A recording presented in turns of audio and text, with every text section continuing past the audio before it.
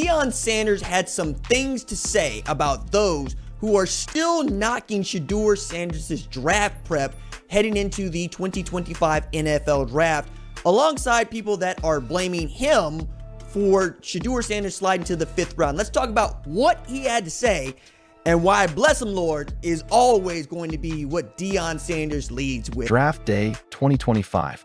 Every analyst had Shedeur Sanders mocked in the top 25. Some even called him the second quarterback off the board. But when the dust settled, quarterbacks with 3 major surgeries, 7 years of college ball, and far less impressive resumes got picked before him.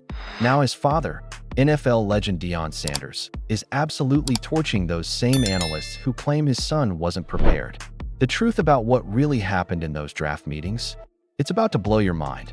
Look, I've been watching this story unfold for months, and what happened to Shedeur Sanders in the 2025 NFL Draft wasn't just shocking.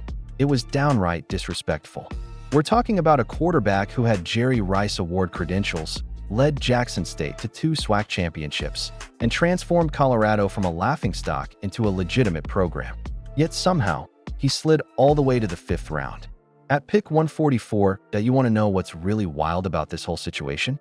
Let's break down exactly what Shedeur Sanders accomplished compared to every single quarterback that got drafted before him. Because when you see these numbers laid out, you're going to understand why Deion Sanders is absolutely livid right now. First, let's talk about Shedeur's college career. This dude didn't just stumble into success. He earned every bit of it. At Jackson State, he wasn't just another quarterback trying to make a name for himself. He was the guy, Jerry Rice Award winner for the best freshman in the FCS. Not just the SWAC, but the entire FCS level. That's nationwide recognition, folks. Then he led Jackson State to not 1, but 2 SWAC championships. Had a 12-1 season that had people talking about Jackson State like they hadn't in decades.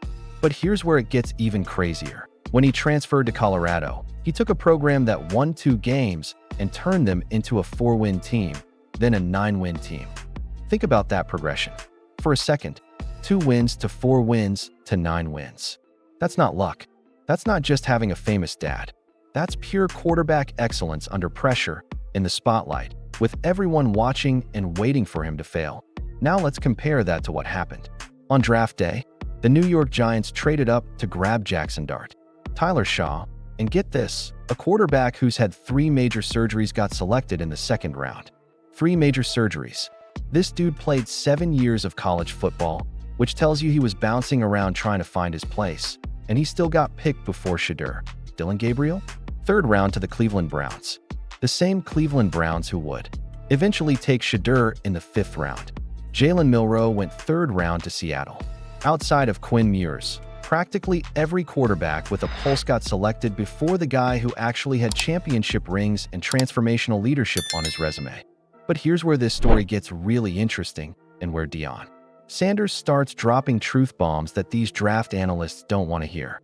When Prime went on Sante Samuel's podcast, he didn't just defend his son.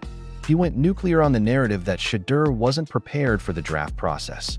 And I'm going to give you Prime's exact words here, because this quote tells you everything you need to know about how this family operates.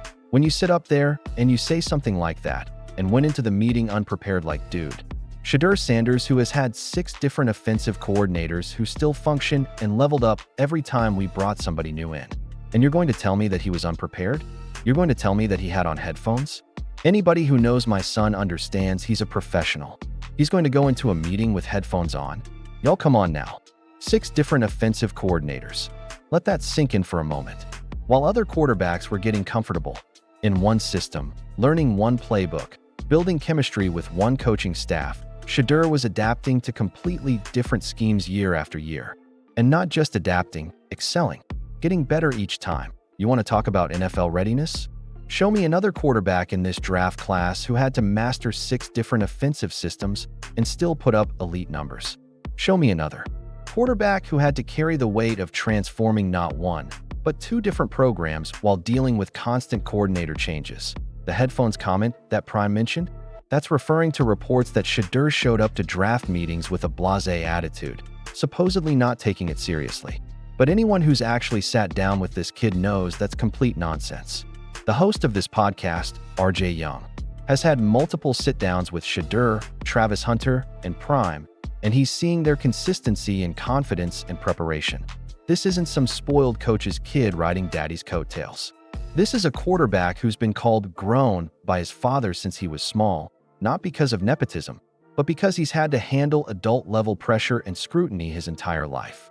When you're Deion Sanders' son and you choose to play quarterback, every mistake gets magnified, every success gets questioned, and every move gets analyzed by people who've never been in your position. But let's get back to the draft comparison. That really exposes how wrong these analysts got it. Tom Brady. Yeah, that Tom Brady got drafted in the 6th round at pick 199. Multiple quarterbacks went before him, and nobody expected him to be a first-round pick. But here's the kicker. Shedeur Sanders has a better college resume than Tom Brady ever had coming out of Michigan. Brady never won a national championship at Michigan. He never had the individual accolades that Shedeur racked up. He never had to rebuild programs or deal with constant coordinator changes. Yet Shedeur, with all his proven leadership and championship experience, slides to the 5th round while quarterbacks with injury concerns and limited success get picked ahead of him. The disrespect runs deeper than just draft position, though. It's about the narrative that's been pushed about this young man's character and preparation. Draft analysts like Mel Kiper, Dan Brugler, Todd McShay, and Field Yates all had Shedeur mocked as one of the top 50 players in the country. Many had him in the top 25.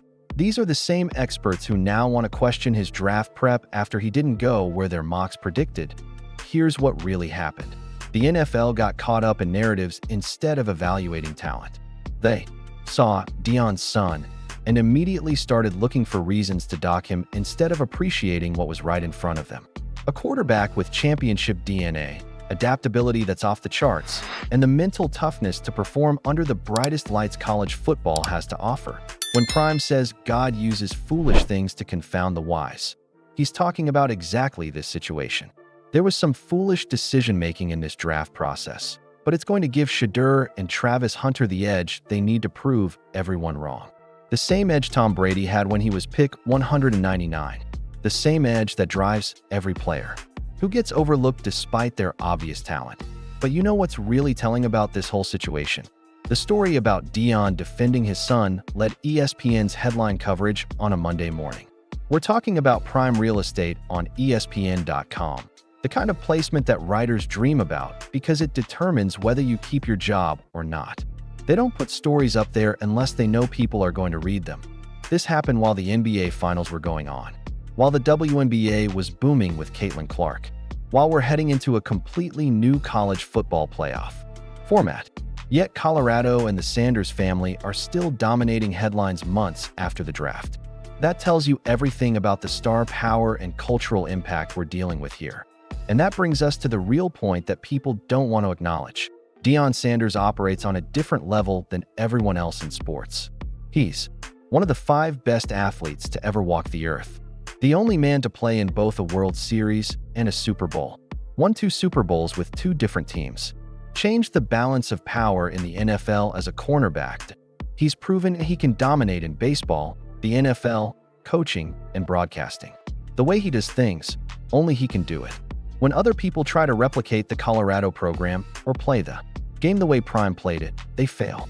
That can get under people's skin because it feels like he doesn't have to use all the tools that regular people need just to get where they want to be. But here's the thing about Shedeur. He's not just riding his father's success. He's creating his own legacy with the tools and mentality he's developed through years of proving himself. Every time someone said he couldn't do something, he went out and did it better than expected. Now he's heading to Cleveland, where he's going to make that 53-man roster and force people to confront the reality of who he really is as a quarterback. The Browns got themselves a steal in the 5th round, and everyone who passed on him is going to be kicking themselves when he starts making plays at the professional level. The beauty of this situation is that we're about to find out exactly who was right and who was wrong about Shedeur Sanders. The draft analysts who questioned his preparation, the teams that passed on him multiple times, the narrative pushers who tried to make this about attitude instead of ability. When Shedeur starts proving himself in Cleveland, those same people aren't going to pop up and say, "Damn, I got that one wrong." But the people who believed in him from the beginning, they're going to love telling everyone "I told you so." This is about more than just one quarterback or one draft. This is about young black men who've shown character and consistency getting judged by different standards. This is about millionaire athletes who've earned their success getting there. Preparation questioned by people who've never been in their position. Deion Sanders leading with "Bless him, Lord," when talking about his son tells you everything about how this family approaches adversity. They're not bitter. They're not making excuses. They're using this disrespect as fuel for what comes next. And if you've been paying attention to how the Sanders family operates, you know that when they feel disrespected, they don't just respond, they dominate. Shedeur has an opportunity to prove that he belongs, but honestly, he doesn't have to prove anything to anybody. His college resume speaks for itself. The question isn't whether Shedeur Sanders was prepared for the NFL draft. The question is whether the NFL was prepared for what they passed up. Because when this young man starts making plays in Cleveland, all those draft analysts are going to have some serious explaining to do. What do you think? Did the NFL miss the mark on Shedeur Sanders? Or were the analysts right to question his draft stock? Drop your thoughts in the comments below, and make sure you subscribe for more content that breaks down the real stories behind the headlines. We're just getting started, and you don't want to miss what's coming next.